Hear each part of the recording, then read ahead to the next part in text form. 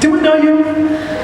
Yeah, you look familiar. I don't know, I've seen you around. Anyway, so what Emma's gonna do is she's gonna explore this kit real quick, and at the top she's gonna hear some really cool synthesizer sounds. Go ahead and just explore this, hit some of those keys.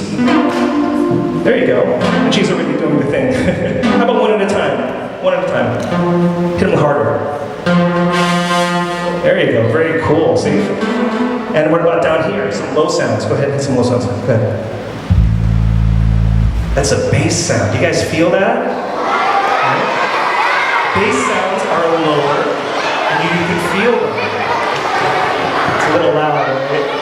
So, what Emma's gonna do is she's gonna listen to this beat, and then she's gonna create a series of chords called the chord progression, and she's gonna lay them on top of the beat. We're gonna record it, she's gonna take these notes, put them in order, moving through time, right? Watch this. So whenever you're ready, I'm gonna hit record, and we'll play Madden's beat. Here, wait, we'll play. That's Madden's beat. So, whenever you're ready, I want you to play that there, and there. Whenever you're ready. Repeat it. There you go. Repeat it again.